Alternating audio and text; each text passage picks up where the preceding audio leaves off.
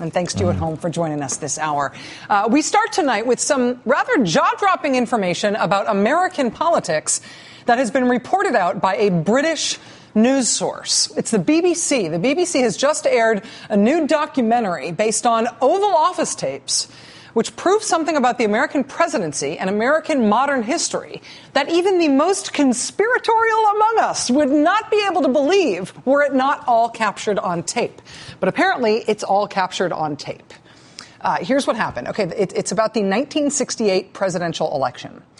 In that election, the Democratic side was kind of in trouble in that the Democratic electorate was really split. They were not at all unified behind their candidate. On the right, Southern white Democrats who were against civil rights, they were being peeled off to vote for George Wallace, the former Alabama governor and, of course, the symbol of proud segregation.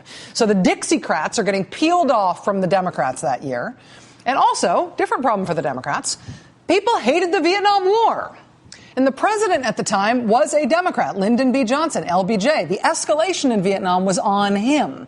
So if you were against the war, as most Americans at that point were, this is the Gallup polling on the war at that time. This is the number of people who thought the war was a mistake, that number going up and up and up over time. If you were against the war, as increasingly everybody was, you were not psyched to vote for LBJ's successor in the Democratic Party. Right? So the Democrats were losing their appeal in the South because of race and racism, and they were losing the anti-war vote because Vietnam was their war. Well, the Republican candidate that year, trying to take advantage of that split on the Democratic side, was this handsome devil. Candidate Dick Nixon. Richard Nixon in 1968 was running against a Democratic Party that he knew was split. He was, in response, pledging to get rid of the draft. And he claimed to have a plan to end the war.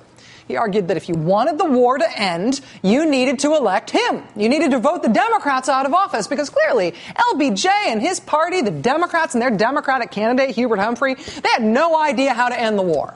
If you wanted the war to end, what you needed was Nixon. What you needed was total change at the White House. The Democrats had to go so Dick Nixon could come in and end Vietnam. But then, less than a week before the election, it all went horribly wrong for Richard Nixon. Because less than a week before the election, it was 5 nights before Election Day, on Halloween night, 1968, the Democratic president, LBJ, went on TV in a surprise, nationally televised address. He made a surprise announcement that peace was at hand. The communist side, the North Vietnamese side, was going to make major concessions at peace talks.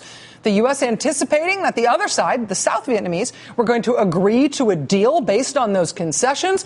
Peace was at hand. The terms were all set. Peace was at hand. In recognition of the fact that peace was about to be declared, the United States would step back right away and stop all military operations in Vietnam. LBJ said that on a Thursday night. The election was going to be the following Tuesday. Turns out the Democrats do know how to end this war that the country hated. So this was bad news for Richard Nixon for that election, right? Bad news for Richard Nixon, but good news for the country who wanted the war to be over. Good news certainly for the people who were fighting the war. This was good news, right? Almost. Thursday night, LBJ made that announcement that peace was about to be agreed to by all sides in Vietnam. That was Thursday night. By Saturday morning, never mind. Deal was off. Peace was not at hand because the South Vietnamese side had decided actually it didn't want the deal. In fact, they didn't even want to talk about a deal. They pulled out of the peace talks. And so the war was back on. What happened? What happened between Thursday and Saturday? Now we know. Hello. Good morning, Mr. President. How are you, my friend? Good about it. Well, I've got one this morning that's pretty rough for you. We have found that our friend, the Republican nominee, our California friend, has been playing on the outskirts with our enemies and our friends both. He's been doing it through rather subterranean sources here. And he has been saying to the Allies that you're going to get sold out.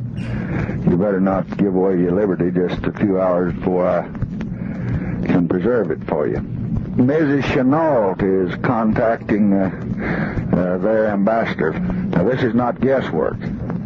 As you know, she's young and attractive. I mean, she's a pretty good-looking girl. And she's around town. And she is warning them to not get pulled in on this Johnson move.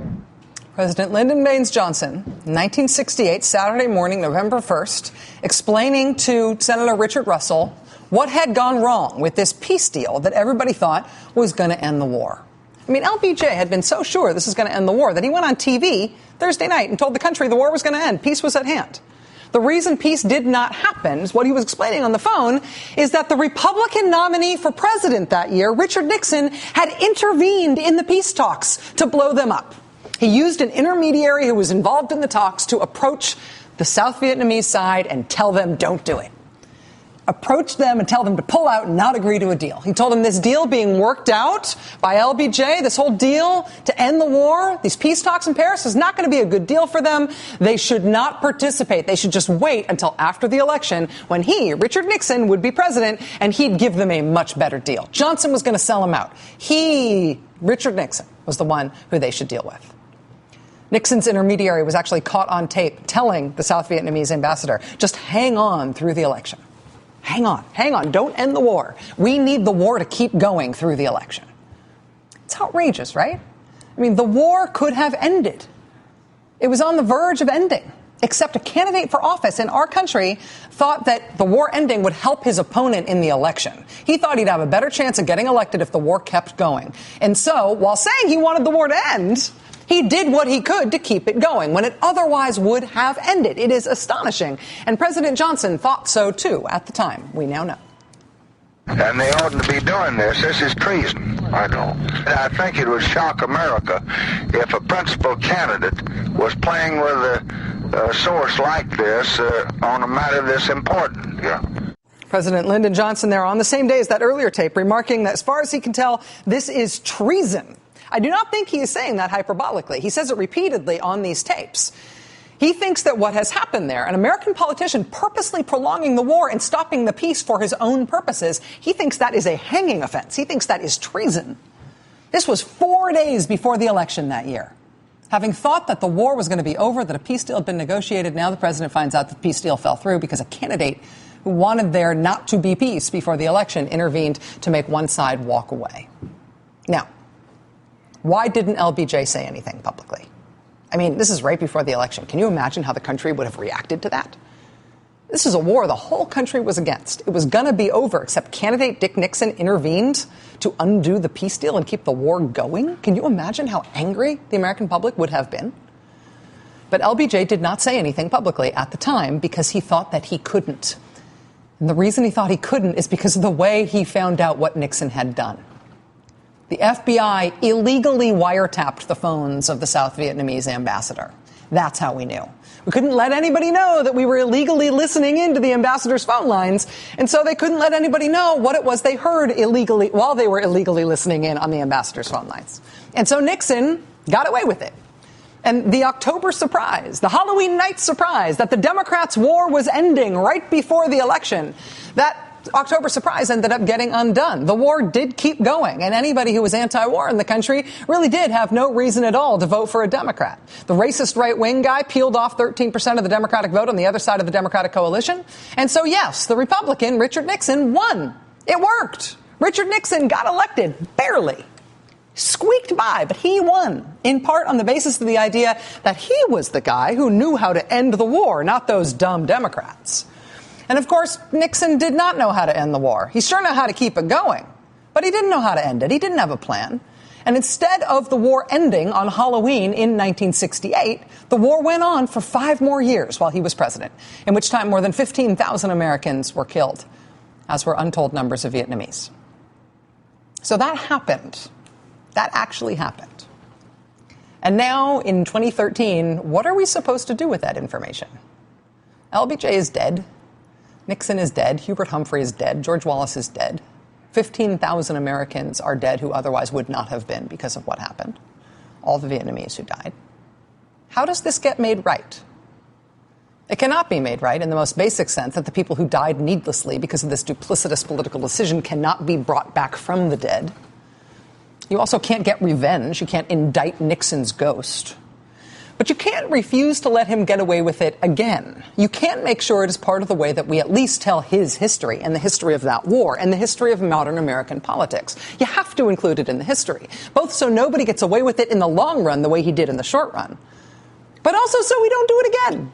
So we at least know something like this is possible. So we at least don't dismiss this kind of possibility as some conspiracy theory bit of nonsense. So we at least know there is precedent, modern precedent, for this particular kind of craven evil.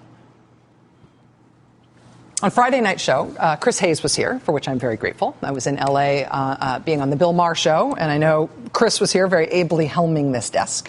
One of the things that Chris talked about on Friday night show was the appearance at CPAC this year of the last Republican nominee for president, Mitt Romney. Chris talked about how Mr. Romney expressed defiant optimism about the future of conservative politics and the Republican Party. But the thing that struck me the most about Mitt Romney's speech, which was his first major public appearance since losing the presidency, was the part at the very end of his speech where he talked about the Iraq War. He described the Iraq War as a war of liberation. We fought the Iraq War to liberate the Iraqi people from tyranny. You know what? Actually, the Iraq War was supposedly to go get Saddam Hussein's weapons of mass destruction and the nuclear weapons that he was going to set off. We were going into that war to stop him from giving those nuclear weapons and those biological and chemical weapons that he supposedly had, to stop him from giving those weapons to the terrorists that they told us he was working with in Al-Qaeda. That's why they told us we had to go to war in Iraq. That's what they told us about why we had to have that war. And none of it was true. 10 years ago this week, when we invaded Iraq, we were told that it was all about 9/11. That if we didn't go invade Iraq, that the next attack on us by the same people who attacked us before would be a nuclear attack. A chemical weapons attack, a biological weapons attack, or a nuclear attack. The smoking gun would be a mushroom cloud. And that was not true. There was no nuclear program. There was no weapons of mass destruction. There was no relationship between the Iraqi government and the people who attacked us on 9/11. And yet, there's the Republican presidential nominee, the last one to run, saying, actually, the Iraq War was a war of liberation. At the Republican convention this year, when they picked that presidential nominee, the foreign policy speech was given by the person who was national security advisor during the Iraq War, the one who said the smoking gun would be a mushroom cloud, who described that war in her speech that night at the convention as a hard decision that kept us from being attacked again the way we were on 9/11. I mean, 10 years in, it is very hard to get right with, to come to terms with the fact that we went to war based on something that our government told us, that our president told us that was not true. There is nothing that can be done about that decision that will bring back the 115,000 Iraqi civilians who died in that war, the more than 4,400 American troops who died in that war, the more than 30,000 Americans who were wounded in that war will not be made whole by anything that we can do now. We cannot bring them back. We cannot heal their injuries retroactively. And George Bush and Dick Cheney and Condoleezza Rice and all the rest of them are still around. You know, I don't know what justice would look like for them at this point. But in terms of how we get right with this as a country, the accountability can't just be personal about the decision makers. It has to be about telling the story honestly of what happened, so that they, like Nixon, don't get away with it in the long run the way they got away with it in the short run. So that we tell the story correctly and honestly, so that it doesn't happen again. So it's not dismissed as a conspiracy theory generations hence by Americans who can't believe something this evil and duplicitous would have happened in our country. It did. And to do right by what happened, we need to teach it that way and learn it that way if we want to have any hope of it not happening again. In American politics, there were plenty of Democrats who went along with the Iraq War 10 years ago, who believed it, who fell for it, who advanced it and made the lie more convincing by virtue of their Democratic endorsement. On the Democratic side, though, that at least has since become a source of shame. It's a strike against you in Democratic politics, right? It's part of the reason we have a president named Barack Obama who was not part of that mess, and not a president named Hillary Clinton who frankly was part of that mess. In the Democratic Party, people who were wrong on the Iraq War are seen as having been wrong about the Iraq War. They have had to apologize and explain why they were wrong. That vote for the Iraq War is held against them. On the Republican side, though, it's not like that. On the Republican side, Nixon still does have a secret plan to end the war. On the Republican side, Iraq was a war of liberation, if you ask them in 2013. On the Republican side, the Iraq war is what kept us safe, so we wouldn't get attacked again the way we did on 9/11, if you ask them in 2012. That smoking gun could have been a mushroom cloud. Thank God we went in. They are still there arguing that. We have been through 2 presidential election cycles since then. It is now 10 years after the war, and the war is over. And this is still the line at the top tier of the Republican Party, trying to sell us the same lies that got us into that war in the first place. And until the Republican Party gets right on that, the history of this will never be told honestly, because it will always be seen as a contested and partisan thing. How does this ever get right? Colin Powell's chief of staff at the State Department from the lead up to the war joins us next.